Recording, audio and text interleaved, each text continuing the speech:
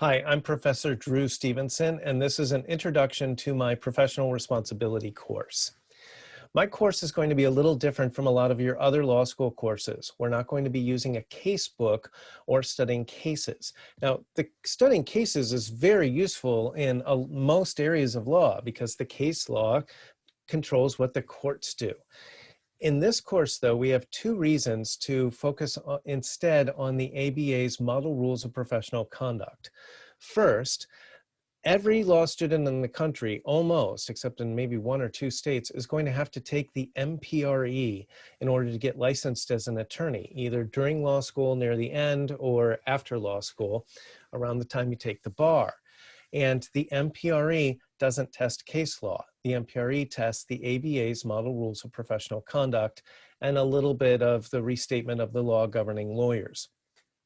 It also will include in the ABA's model rules, ABA ethics opinions that clarify the meaning of the model rules or sort of guide courts and guide states about what they think the rules mean.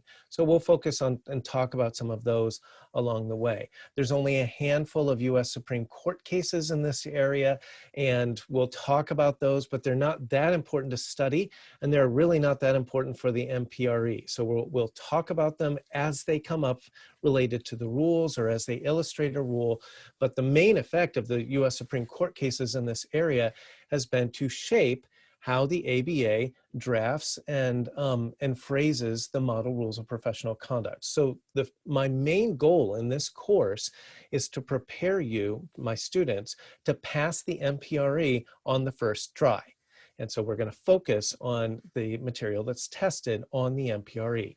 The second reason for doing this is almost every state has based their own legal ethics rules or disciplinary rules on the ABA's Model Rules of Professional Conduct. So if you're learning the ABA's rules, you're learning most of the Texas rules, for example, and occasionally a state has played with the wording a little bit or maybe a little bit behind in adopting some of the amendments or new rules that the ABA has adopted.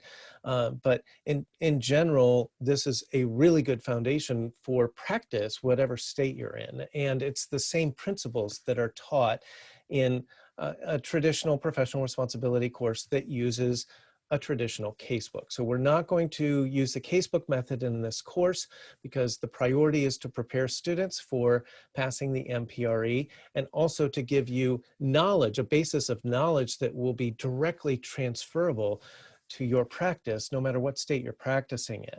So we're going to focus on that. Secondly, we're going to arrange the topics for this course in order of how heavily tested they are on the MPRE.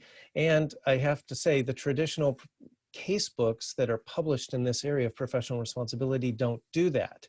And so we're going to start with the most heavily tested subject and really the most difficult subject, which is conflicts of interest. Conflicts of interest is the most heavily tested subject on the MPRE. It takes up the biggest sections of the model rules. And there's a lot of ambiguity around the edges. There's exceptional cases, there's close calls. So we're going to start with that and spend a lot of time on that.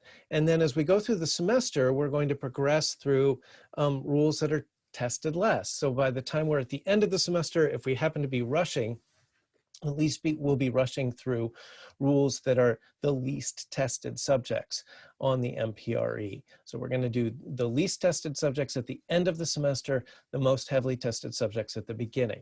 The other reason to do this is some students are going to take the MPRE during the semester when they're taking professional responsibility. That's okay.